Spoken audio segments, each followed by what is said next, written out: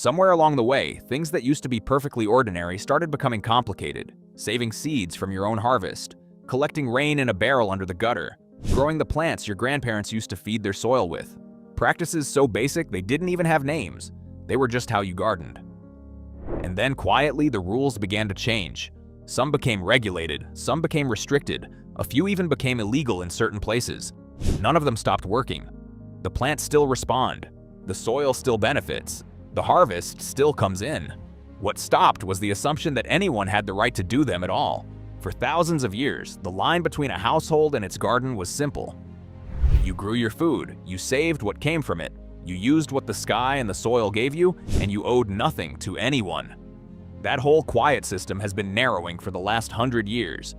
Here are 3 of the practices it almost erased.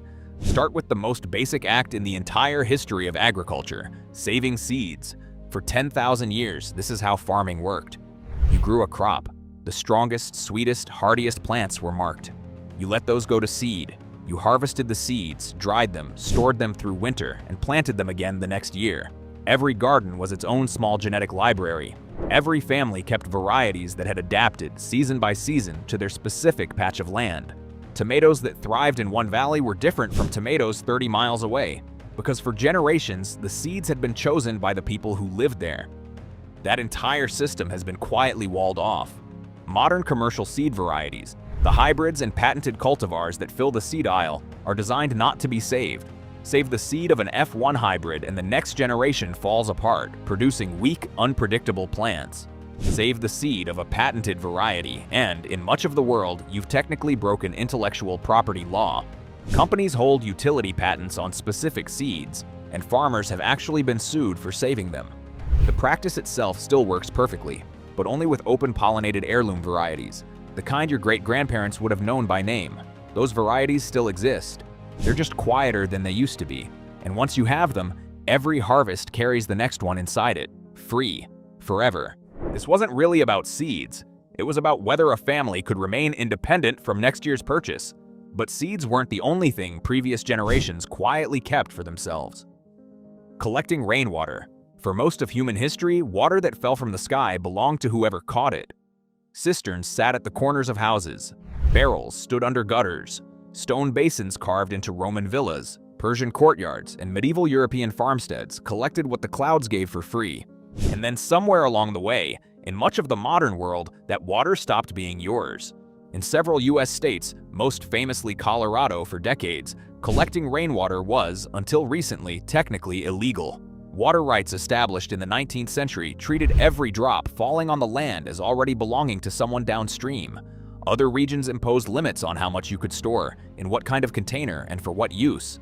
The laws have loosened in some places, but in many others, restrictions still apply. Rain, actual rain, became something a household needed permission to keep. Yet the practice itself remains exactly as effective as it ever was. Rainwater is soft, naturally slightly acidic, free of chlorine and treatment chemicals, and gardens thrive on it in a way they rarely do on tap water. A single inch of rain falling on the roof of an average home can produce hundreds of gallons. None of that has changed, only the assumption that you were allowed to keep it. This wasn't really about rain, it was about control over a resource people once considered free. But perhaps the strangest example wasn't a seed or a source of water, it was a plant. Comfrey. Comfrey is a deep-rooted perennial with broad, slightly bristly leaves and small purple flowers. For at least 1,000 years, it sat at the foundation of European household gardening, so essential that medieval herbalists called it knitbone, after its long use as a poultice for healing wounds.